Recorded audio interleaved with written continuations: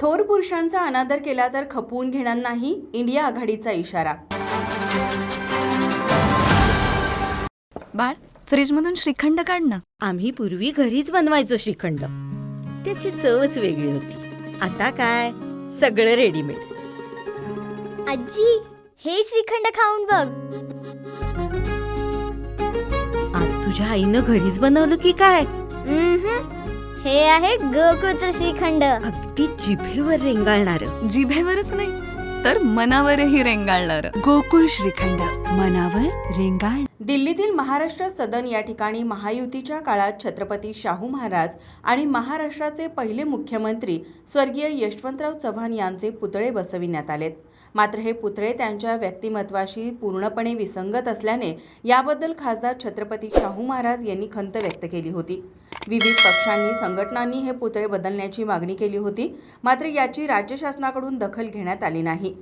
त्यामुळे आज इंडिया आघाडीच्या वतीने राजर्षी शाहू समाधी स्थळ येथे निदर्शने करण्यात आली. यावेळी सरकारच्या विरोधात जोरदार घोषणाबाजी करण्यात आली. छत्रपती शाहू महाराजांचा विजय असो. छत्रपती शिवाजी महाराज की जय. छत्रपती शिवाजी महाराज की जय. छत्रपती शिवाजी महाराज की जय. यावेळी बोलताना शिवसेना ठाकरे गटाचे सहसंपर्क प्रमुख विजय देवणे म्हणाले, दिल्लीमध्ये महाराष्ट्र सदनामध्ये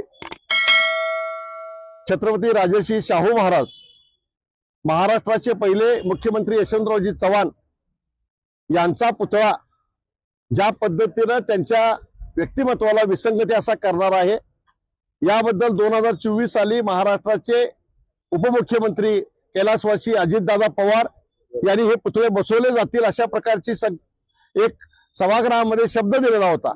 पण अजूनही महायुतीच्या सरकारनं हे पुतळे बसवलेले नाहीयेत. हे पुतळे जर महाराष्ट्र सरकारचा पहिल्यांदा मी या ठिकाणी निषेध व्यक्त करतो, जर छत्रपती राजर्षी शाहू महाराज आणि माजी मुख्यमंत्री यशवंतरावजी चव्हाण यांचे पुतळे जर बसवले गेले नाहीत तर कोल्हापुरातल्या जनतेकडनं वर्गणी काढून आम्ही दिल्लीमध्ये हे पुतळे बसवू. सरकारला आम्ही एवढं सांगतो की फुले शाहू आंबेडकरांचा विचार घेऊन आपण लोकांच्या समोर येता आणि सांगता, पण तुम्ही त्या पद्धतीचं आचरण करत नाहीये.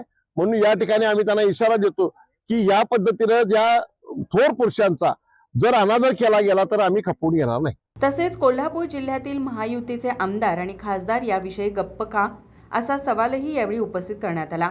थोर पुरुषांचा अनादर केला तर खपवून घेणार नाही असा इशारा इंडिया आघाडीच्या वतीने देण्यात आला.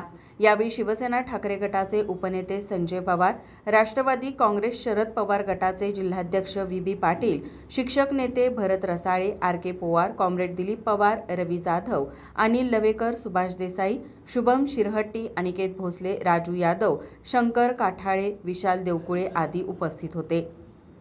माझा महाराष्ट्र न्यूजसाठी नाजतार, कोल्हापूर. ताज्या घडामोडी पाहण्यासाठी माझा महाराष्ट्र न्यूजला आजच सबस्क्राईब करा.